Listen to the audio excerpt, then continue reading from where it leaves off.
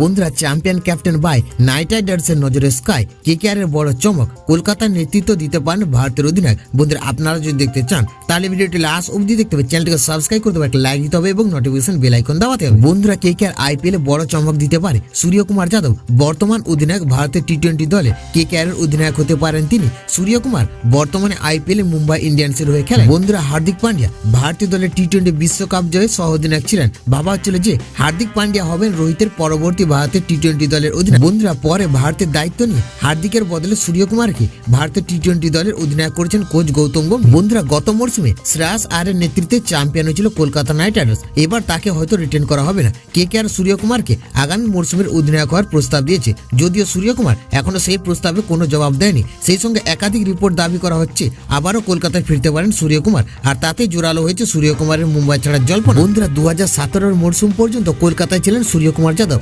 2018 সালে আইপিএল থেকে তিনি মুম্বাইয়ের হয়ে খেলা শুরু করেন। 2018 সাল থেকে 2021 সাল পর্যন্ত 3.20 কোটি টাকা পেতেন সূর্যকুমার। 2022 সাল থেকে 8 কোটি টাকা করে পান তিনি। বন্ধুরা, তবে সরকারিভাবে এই প্রস্তাব নিয়ে এখনো কিছু জানানো হয়নি।